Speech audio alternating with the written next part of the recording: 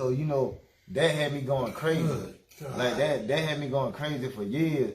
So like, it wasn't necessarily my aunt, it was just people around us like mentally abusing me and stuff like that, and actually physical abusing me too. So when I finally got away from my aunt's house, I ended up with my daddy. My daddy on Facebook, he might see this interview, I don't care. Okay. Cause we done had this conversation face to face when I got older or whatever. Okay.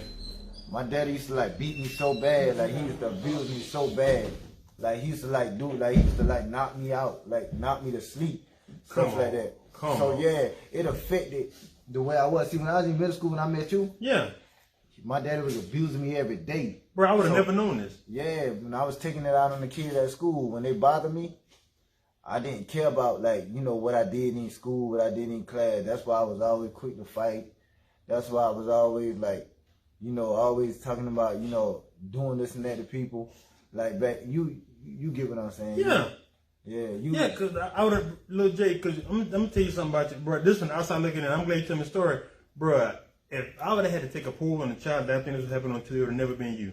You came to school, we laughed. You know you ain't take no stuff, but I didn't know that you had.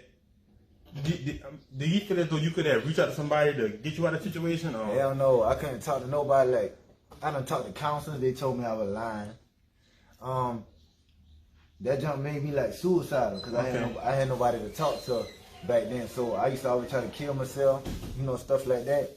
Jesus, bro. So you never know, yeah, you wouldn't know because you know, like you know when you really strong, you're gonna survive, and when you strong, like people, it became normal to me. But even though you know the stuff you go through still hurt you, it make you don't care for being in this world sometimes.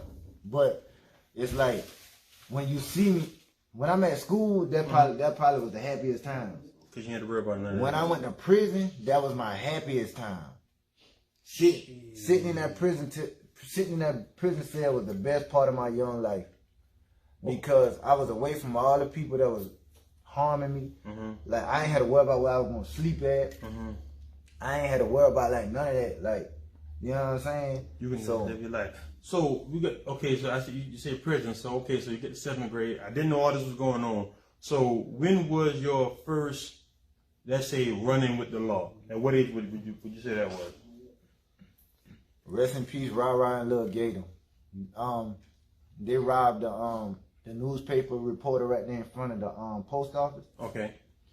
And around that time I started a gang, and it was called the Joker Family. Everybody used to wear the white bandanas. And you know, I was basically like kind of like somewhat taking over Orangeburg with that gang. And when they robbed the newspaper reporter. And guys, for those who looking, this is over 15 years ago.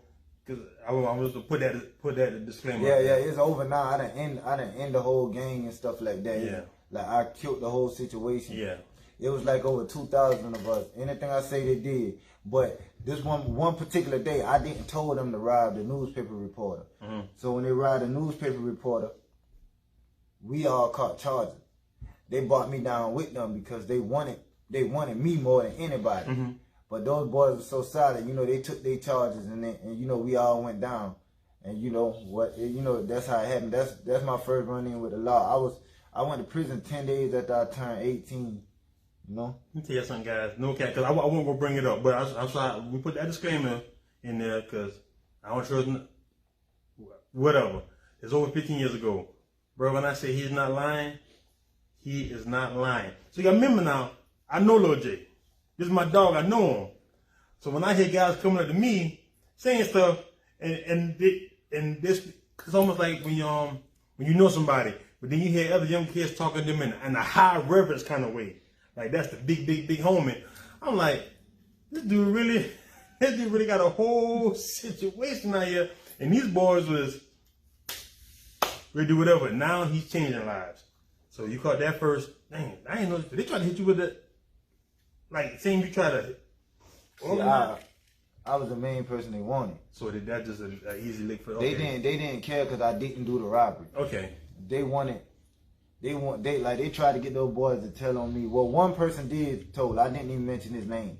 But Lil Gator and Rah, they kept it solid. Okay. The other person, matter of fact, His name was Tyrone Sherman. But we ain't had to say his name. He told, We ain't had to say you know what I'm saying?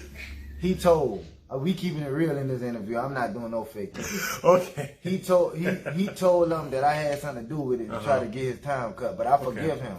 Okay. So, you know, like I forgive him or whatever, but it's like, you know, he tried to get his time cut. You know what I'm saying? Mm-hmm. So, you know, that's how that situation went down. And, you know, I got off in them like 10 months. All of us went to do a wild way. And, you know, we was And good. where was this prison at?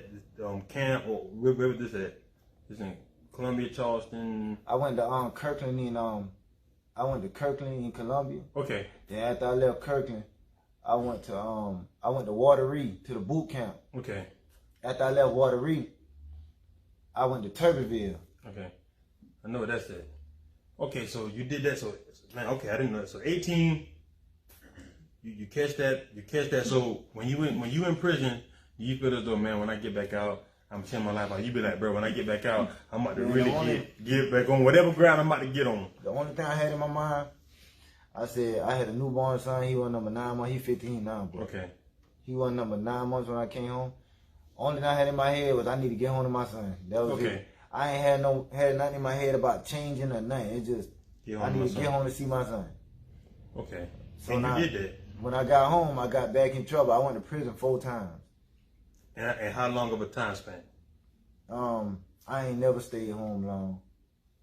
It was like maybe a couple months, and I violated parole, and I was right back. Okay. So, but I mean, this is like you went to prison 4 times in like a 10-year thing, or just like a full. That's what I mean. Like you went to prison 4 times in 10 years, 12 years, 2 years. See, back then I ain't care much about life, So I didn't pay attention to the times, man. Like, I just didn't care. You know what I'm saying? Like I had no care in the world about nothing that was going on in life or about life or nothing. You know, I just had a blank mind. I ain't really had no, like, you know how people be saying that they're living and they ain't without no soul. Yeah. Yeah, I ain't had no. Back then when I was younger, I ain't had no soul. I didn't care about nothing. Okay. Well, I'm glad. I'm definitely glad you transitioned to that place. So, cause we all know you living life between there. So I want to know is, cause all I remember is Lil J, me in school together. We in middle school together. Then high school, Lil J disappears again until I hear about the. Of course, we go see each other in the streets. And it's always the same love, no matter where we see each other at. Always the same love. So then all of a sudden you out. Then stuff happens. Then from that, then it's like boom, boom, boom, boom, boom. Then all of a sudden I see Lil J got the biggest rap song. Lil J got the biggest rap song in the state with Robin Atlanta. Yeah, cause like how I made that song, like we was in. When we was young, we grew up robbing and taking from people and stuff like that, which it ain't cool to me now. It wasn't even cool back then. It was just like trying to eat. We didn't know no other way. So I grew up in Roosevelt Garden. I'm from the hill, but I grew up in Roosevelt Garden. All we did was took people cars and basically took people's shit, period. Y'all know how we rock. Now, Shout out, Roosevelt. Guys, let me tell you one thing, because I'm gonna let you know right now, Obilla, this when I put these things out, this thing can hurt people over the world. The one thing I must say, the constant theme in my podcast so far, I don't understand it. G4 Roosevelt Gardens has came up about 4 or 5 times. These people don't know the garden's a real thing. I was the one who named I don't know who named Roosevelt Gardens G4. Okay. But it's just like, we was taking people's stuff, so I was like, how am I gonna rap about having cars on Rams? I've been a bum my whole life. How I'm gonna rap about this and that? How I'm gonna rap about jewelry? I ain't had no jewelry. I've been a bum. Like I had nothing. I was broke most of my whole life. You was struggling, but I ain't gonna let you call yourself a bum. No. I'm saying in okay. I'm saying in day terms. Oh yeah, okay. So I ain't had nothing.